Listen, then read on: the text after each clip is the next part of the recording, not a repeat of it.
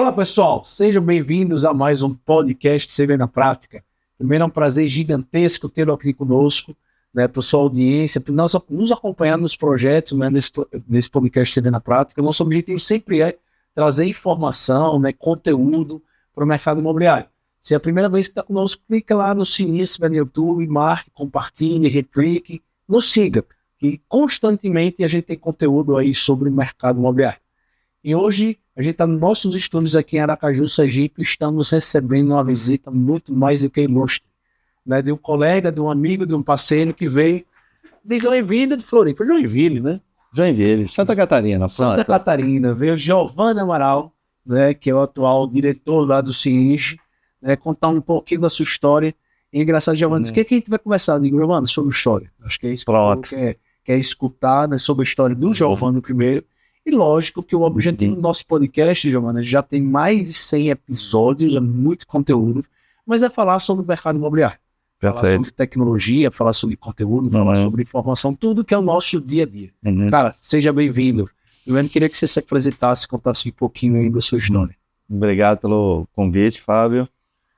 Bom, eu acho que falar sobre a minha história é interessante, porque tem bastante a ver com construção civil, né? Comecei com uma base muito sólida, né? Com uma boa fundação. Trabalhei meu primeiro emprego com 15 anos de office boy numa construtora. Então aprendi bastante coisa. Corri em bancos, cartórios, impressão de plantas, tá? Fiquei durante 3 anos. Seja, lá no começo você já trabalhou com construção. Lá, meu primeiro emprego, dos 15 aos 17 para 18 anos ali, foi em construtora. E fiz um pouquinho de tudo. Folha de pagamento, ir lá naqueles contra-cheques antigos que você datilografava, que contava o dinheiro, colocava dentro com as moedinhas, levava para a obra, para o pagamento das sextas-feiras, para pagar a turma. Legal. Tá bem interessante, né? E depois dali, eu fui fazer administração de empresas e fui trabalhar num banco. Com o quê? Crédito habitacional. Então, num segundo momento, eu tive bastante contato com empreendimentos, com os mutuários, como a gente chamava na época, né?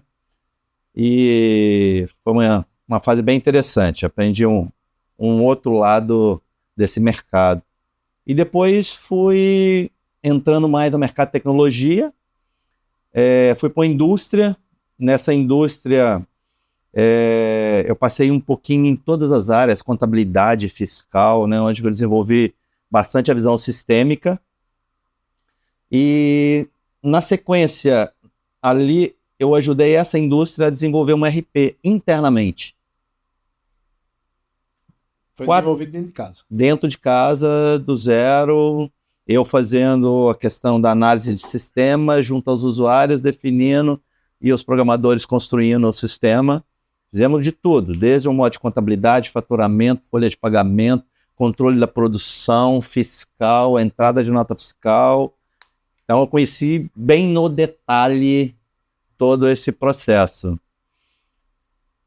Passado esse desafio lá, uma outra empresa, uma outra indústria em Minas Gerais, esqueci de contar esse detalhe, sou mineiro, Belo Horizonte, uma outra indústria pediu que eu fizesse o mesmo trabalho. E nessa experiência, eu cheguei lá, começamos a ver a equipe que tinha, tudo, e eles falaram, Giovanni, você tem 1 ano para fazer isso. Em 1 ano, impossível conseguir entregar, desenvolver um RP. E era um outro segmento. E aí partimos para avaliar o mercado, avaliar soluções, e acabamos comprando um RP pronto de mercado, que na época foi o DataSul. Tá? Não tinha equipe de implantação, fui para São Paulo, fiz todos os treinamentos, voltei, implantei, funcionou tudo redondinho. Aí a DataSul viu, gostou do que aconteceu, ela estava com outro cliente dela com problema, foi lá e me indicou, eu fui lá resolver os problemas de implantação desse cliente. 1 ano depois ela foi abrir a filial em Belo Horizonte e me convidou para estar participando do time de serviço. Isso já era 1996, pouquinho antes do bug do milênio. E aí foi um Então, você sucesso. pulou da indústria para a tecnologia, e nesse caso efetivo. Exatamente, exatamente. Eu estava até então como indústria, nesse momento eu vim para o mercado de tecnologia como fornecedor. E no momento ímpar do mercado foi o momento do bug do milênio, onde todo mundo temia que os sistemas iam parar de funcionar, né? E tivemos um crescimento fantástico lá em Minas, muito motivado por esses fatores, e que, de uma forma geral, também o mercado precisava dessa digitalização mais rápida ali, aproveitou esse ensejo para fazer, né? E ali na DataSul eu passei para os serviços, tá? Passei por gerência comercial e passei pela gestão da filial como um todo. E aí ali eu fui mordido pela área comercial, né? Que como a gente diz lá em Minas, é uma cachaça que você vicia muito fácil, né? Mas sou um comercial que carrego comigo esse viés consultivo, tá? Pela minha formação mais técnica, eu sei bastante desse alicerce que está por trás da tecnologia, que me ajuda muito no viés comercial, passar segurança para o mercado de uma forma em geral. Aí na DataSul foi uma escola, tá? Comecei lá e em 2000 tive a oportunidade de ir para Joinville, a matriz, para criar a primeira solução SaaS no mercado brasileiro naquela época. Mas na linha de ERP. Na linha de ERP, na linha de sistema de gestão, ERP multissetorial. E cheguei lá, não tinha um ERP web, com diversas dificuldades, tivemos que usar tecnologias para fazer essa disponibilização remota, foi anos de bastante dificuldade e eu sempre num viés de procurar que a DataSul desenvolvesse uma nova versão do ERP, já web, e a gente acabou evoluindo isso e começamos a criar um novo produto. Isso em 2006. Quando foi em 2008 que a DataSul criou esse novo... decidiu a criação desse novo produto, a gente lançou no mercado, esse produto começou modularizado, começou com o módulo de gestão de frotas. E depois a gente ia desenvolver todo o restante do ERP. Nesse mesmo momento, DataSul fez o IPO, e 2 anos depois do IPO, houve a compra pela TOTVS da DataSul. Eu tinha uma posição de diretor de novos negócios nesse momento, então eu fui para a TOTVS com essa mesma cadeira. Então tudo que não era o ERP diretamente, todas as outras linhas de negócio eu cuidava. Fiquei 2 anos lá na TOTVS com esse desafio, e depois, como eu tinha mudado para São Paulo, nessa época, voltei para São Paulo, e a minha família tinha ficado em Joinville, eu quis voltar. E nesse movimento, eu acabei saindo da TOTVS e fazendo uma proposta de aquisição daquele sistema que na TOTVS não tinha evoluído, que tinha começado com o sistema de gestão de frota.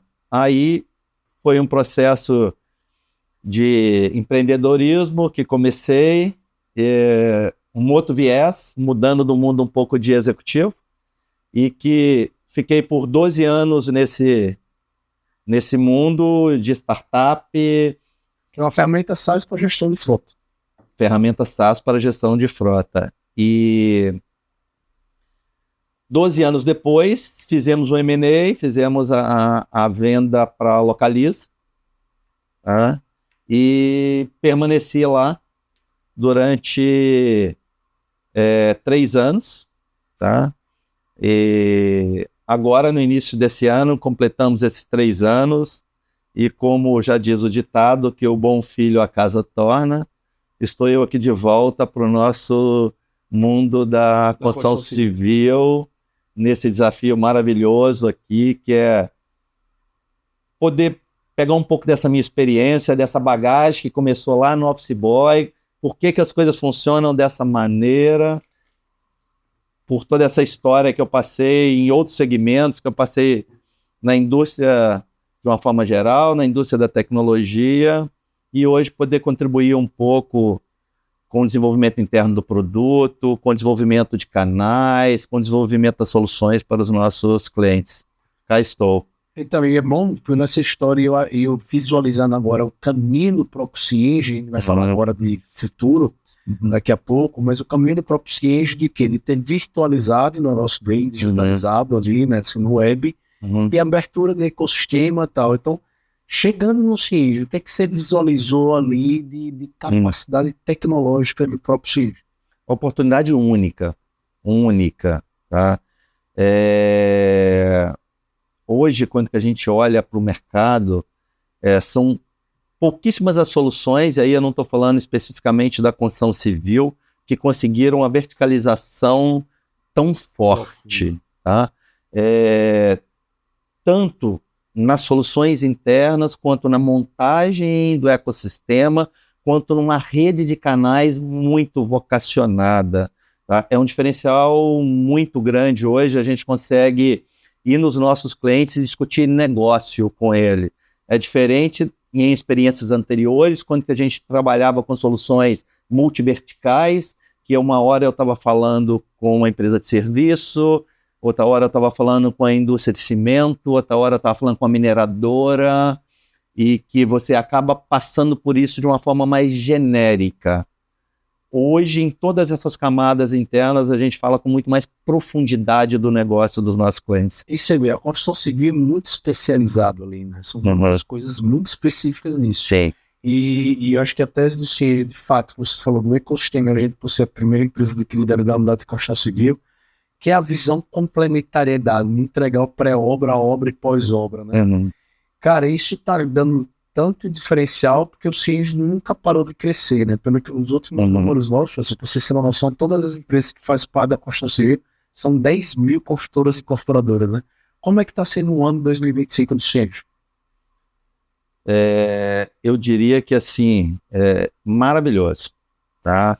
E no momento da economia que era para a gente esperar algo completamente diferente, principalmente por questões econômicas, questões políticas que estamos passando, mas está sendo maravilhoso. Os mercados estão, não sei se passando por uma consolidação, tá? Porque quando que a gente olha, estamos tendo bastante novos clientes, mas também muita evolução em cima de soluções da nossa base de clientes. Então a gente percebe que, assim, com a escassez do dinheiro no mercado, algumas empresas que não se profissionalizaram estão perdendo um pouco de espaço no mercado, e as empresas que se prepararam para esse momento estão num viés de crescimento muito interessante. Isso está nos permitindo tanto aumentar a nossa participação nos clientes, quanto aumentar o número de novos clientes nesse momento. Isso. Diferentemente do que a gente esperava para esse ano. Você vê, a gente está com 5 anos, como as metas e os objetivos são traçados ano a ano. Chegando ali dentro do produto do Cienge, né? O que está por vir, né? A gente sabe de quantidade de coisa, acho que nunca desenvolveu tantas coisas, apesar de tantos anos, né? Aqui com o Gabriel, meu sócio, e o Toninho, sempre fala assim, o sistema está pronto, mas nunca fica pronto. E cada vez mais é a Pay First na cabeça, a possibilidade de integração. O que é que está acontecendo hoje, de forma geral, de evolução no produto? Eu diria que é quase que uma reinvenção do produto no que a gente na sua camada de tecnologia, né? Que é a gente se preparar de verdade para a gente ser uma solução AI first, tá? Então, isso às vezes é muito fácil falar, mas quem está no mundo de tecnologia sabe o quão difícil é ter essas camadas internamente bem preparadas, né? Para oferecer soluções fáceis para os nossos clientes. Então, nesse momento, nós estamos passando por uma remodelagem muito grande da parte técnica das nossas soluções, junto com grandes funcionalidades. A gente tem um roadmap específico de IA para esse ano, muito focado já em ganhos de eficiência para os nossos clientes. Então, falando um pouquinho de futuro que vem do Cienge, eu vou dizer que assim, cada vez mais soluções que a gente entregue mais valor, geração de ganho de eficiência para os nossos clientes. E aí, eu vou chegar já, vou forçar mais um pouco aqui de IA, um pouco, mas eu sempre vi uma coisa chamada de seguinte, mas tem que fazer o feijão com arroz muito bem feito. Perfeito. Ainda tem, por exemplo, muitos clientes que vêm tanto do Cienge como você vê, ainda não tem nenhum tipo de tecnologia. Tem como, cara, gerenciar uma obra ou fazer uma venda no mercado imobiliário. E agora com a reforma tributária que vai vir, crédito e débito, sem sistema. Pouquíssimo provável, cara. Pouquíssimo provável. Acontece isso ainda? Então, se a gente voltar na nossa conversa anterior, tem um pouco dessa consolidação do mercado que eu acho que passa por isso, né? São alguns empreendedores que não conseguem perceber a importância de ter um crescimento estruturado e acham que as coisas vão acontecendo de uma forma desestruturada e que isso é natural, e não é, né? Quando que você se prepara para chegar num local, você chega muito mais forte, que é o que nós estamos fazendo agora com a nossa estrutura interna, para estar bem preparada o que tem por vir, que é totalmente disruptivo com o que a gente entrega de solução hoje. E estamos correndo nesse mercado. E se, da mesma forma que nós estamos fazendo isso, se esses novos entrantes não entrarem com essa cabeça, e eu acho que vão entrar, porque essa geração mais nova é uma geração muito mais conectada, tá? Alguns players atuais do segmento vão perder muito espaço, porque os jovens entendem com muito mais facilidade essas novas tecnologias, né? E o mercado da construção civil, você falando de mudança, a gente falando de mudança geracional, né? Tem algumas pessoas que têm uma geração anterior, mas tem até um bom conhecimento de tecnologia, mas está entrando muito aquela mudança mesmo dos filhos, dos sobrinhos. E como você falou, agora com a IA principalmente, cara, a gente sempre fala o seguinte, a gente tem que evangelizar pro disto. Agora não, é questão de não mortalidade, não tem nem que discutir.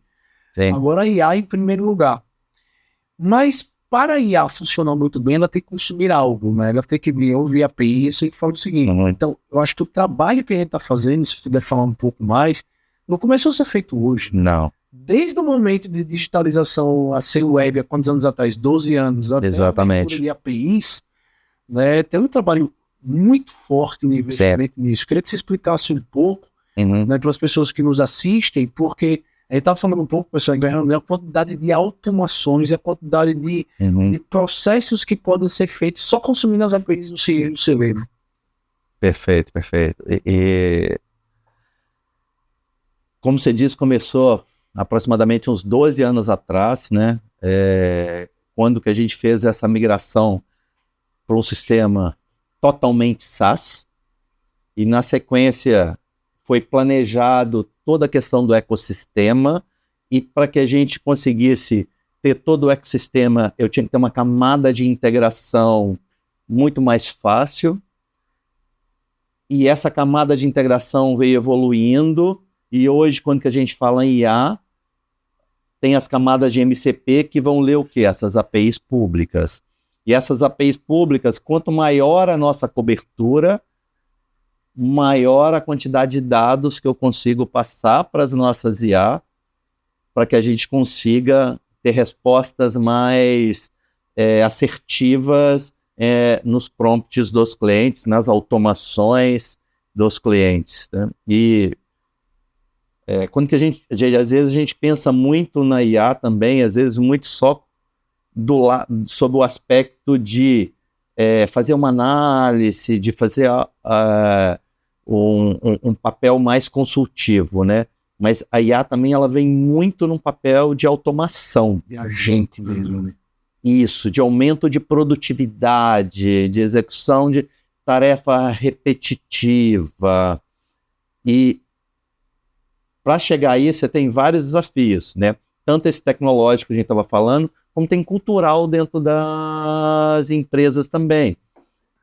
A gente percebe que tem colaboradores que têm receio de usar IA porque acham que vai ser mal avaliado se ele está usando uma IA, sendo que na realidade o que ele está sendo é mais produtivo, mas ele tem vergonha de dizer que ele fez aquele papel usando uma IA. Então acho que tem a tecnologia, mas tem muito de cultural para essa transformação. Giovanni, o que eu mais escuto nos eventos que a gente vai, que nós palestramos, é o seguinte: o corretor irá acabar. Pessoa tal irá acabar. Eu digo, não. O que vai acabar é o corretor que não utiliza IA. Exatamente. Aquele que utiliza para o seu melhor produtividade, cara, vai embora. E não só corretor, todas as profissões. Olha a fortaleza que é a área de saúde. Diz que 87% dos casos de diagnóstico a IA está acertando mais do que o próprio médico. Então, mas assim, não é que não vai ter médico, vai ter um médico, mas vai fazer com que ele ajude a validar principalmente esse diagnóstico. Mas uma coisa também, eu queria que você falasse um pouco ali, Giovanni, sobre também o pilar ali, que não tem o software, tem a quantidade de dados que a gente gera, que é uma coisa absurda, né?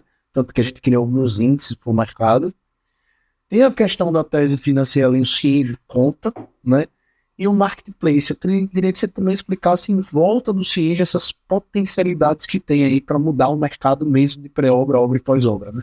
Que não é apenas software, é esse papel de desde evangelizar até entregar soluções completas. Perfeito. Eu gosto de falar muito que às vezes assim, a gente enquanto produto, né? Às vezes a gente pensa assim, a usabilidade dessa tela não está boa, né? E a gente vai lá melhorar a tela.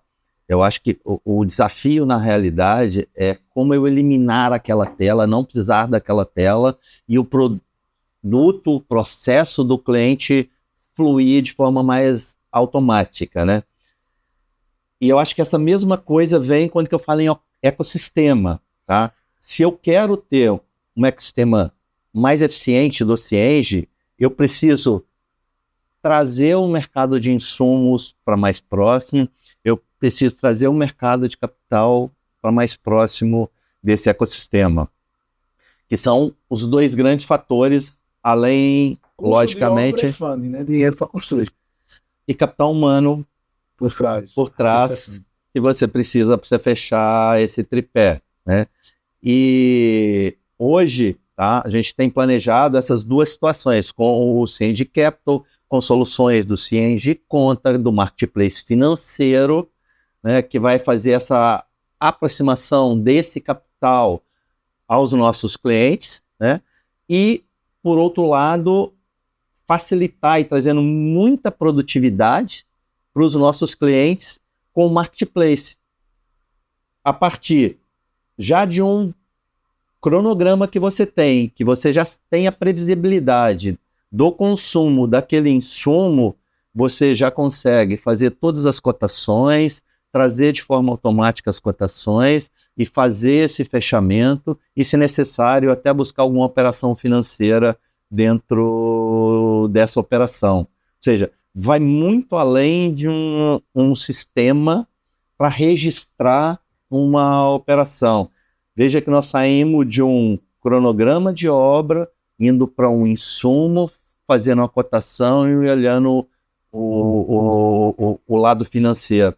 E na hora que eu olho no lado financeiro, essa integração com o CIENG Conta vai nos permitir algo muito interessante, que é eu ter essa visibilidade muito maior desse fluxo de caixa do cliente e uma integração maior, inclusive, da informação, de forma mais rápida. Um boleto que eu mando na hora e que eu tenho o retorno online, seja de apagar ou seja receber, uma previsibilidade do fluxo de caixa muito melhor, tudo de forma muito mais fácil, com menos integrações. Então, e essa tese que você falou que foi que nos convenceu a estar juntos disso tudo, que é o seguinte, no final do dia. Pensa o seguinte, você é incorporador, quer lançar seu negócio, já tem seu negócio. Venha para o jeito CIENG CVDC, porque ele vai ajudar na pré-obra, obra, pós-obra, desde tecnologia, funding, informação e capital se precisar, né? Funding e capital. Eu acho que, mas uma coisa que eu acho que é muito centrado também, a gente tem uma cultura muito forte, acho que os clientes também nos ensinam muito isso, é a cultura do cliente no centro, né? Perfeito. O churn, né? Churn, pessoal, se você examinar a linguagem de tecnologia, é um cliente que cancela. Cara, o churn é muito baixo no CID, é 0,6, né?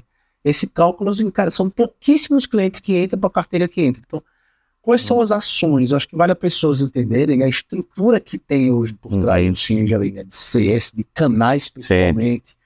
Porque a gente escuta o cliente continuadamente. Se pudesse explicar um pouco como um cliente bem focado em tudo que vocês fazem. Bom, eu acho que o primeiro grande ponto é a gente trabalhar na estrutura de canais, né?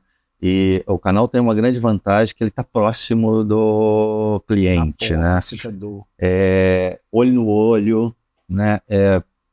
Ele senta, ele discute, então ele já tem esse atendimento, tanto da proximidade quanto do conhecimento do segmento dele. Ele consegue fazer um benchmarking muito melhor com esse cliente, trazer situações que às vezes não é de sistema, às vezes é de processo. Muitas vezes, né? É de processo. É de processo. E além dessa proximidade do nosso canal, nós temos dentro da nossa estrutura Cienge hoje toda uma estrutura de CS que faz o acompanhamento de todas essas carteiras dos nossos canais, apoiando o nosso canal, apoiando o nosso cliente, gerando essa proximidade com a nossa fábrica de software, com a evolução, planejamento dos nossos produtos, resolvendo problemas financeiros, caso for o caso, problemas de produto, todos os tipos de situação. No final do dia, às vezes a gente fala assim, que mais importante que às vezes fazer uma venda é manter o cliente. É aquela teoria do balde furado, né? Quando a gente fala de SaaS. Não adianta perder 10 e vender para 11, né? Não. Então você tem que ter um investimento em retenção muito alto. A gente tem um monitoramento, muita informação, muito dado, quais as principais funcionalidades utilizadas pelo nosso cliente, um cliente que está com pouca utilização. Estamos com muito investimento em IA nessa parte também, que foge um pouquinho de produto, mas para fazer melhorar essa parte de onboarding dos clientes e também no ongoing do cliente, que é pós a implantação, a gente acompanhar e perceber que um cliente parou de usar uma determinada funcionalidade e a gente conseguir ser mais ativo e não reativo nesse processo, entender, é uma férias de um colaborador que parou de usar aquela funcionalidade, ou houve um turnover no cliente que substituiu um funcionário e o novo funcionário não está sabendo utilizar aquela nova funcionalidade, e a gente poder ser ativo e oferecer um treinamento, oferecer algo para que o cliente continue utilizando a solução. E você vê, isso tudo são várias tecnologias que a gente usa por trás, ninguém imagina quanto. Bom, mas já indo finalmente aqui, Jones, cara, a gente já falou um pouco disso, mas o que está por vir? O que está por vir? Eu acho que é uma boa pergunta, né? Mas eu acho que a base, falando assim, numa próxima onda, né? Porque a gente sabe que tecnologia, e cada vez mais a velocidade ser maior, amanhã a gente vai estar falando da IA 2.0, a IA 4.0, né? Mas nessa próxima onda agora, eu acho que de verdade o que está por vir é a gente fazer a IA funcionar nos nossos clientes, entregar a IA de verdade para os nossos clientes, gerar esse ganho de eficiência que a IA pode trazer. E vai ser um aprendizado, acho que muito grande, que é uma tecnologia nova, né? Mas que a gente sabe que cada vez mais a tecnologia tem esses ciclos menores e mais rápido. Eu acho que rapidamente vão vir outras versões de IA muito mais potentes. Novamente, nós vamos ter que estar aqui repensando o produto, vendo como que se aplica as soluções dos nossos clientes, como que isso agrega valor. Então não para por aí, nunca. Não vai parar nunca, é o contrário. Agora também são infinitas possibilidades. Eu estou vendo com tão bons olhos o mercado, na mesma onda que foi o início da digitalização lá na internet, disse, cara, agora aqui há o potencial. Mas eu me perguntei uma coisa, perguntei rapidamente sobre a reforma tributária. O CIENG já está se preparando para o produto em si já fazer tudo, né? Sim. Tá.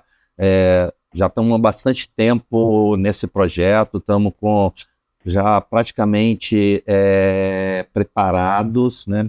Aguardando só algumas definições do próprio governo que ainda tem a se fazer. Subsídios, crédito, onde pode, onde vem.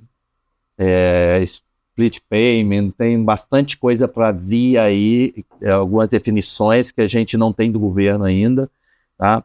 Mas o cliente CIENG, eu acho que tem essa grande vantagem, né?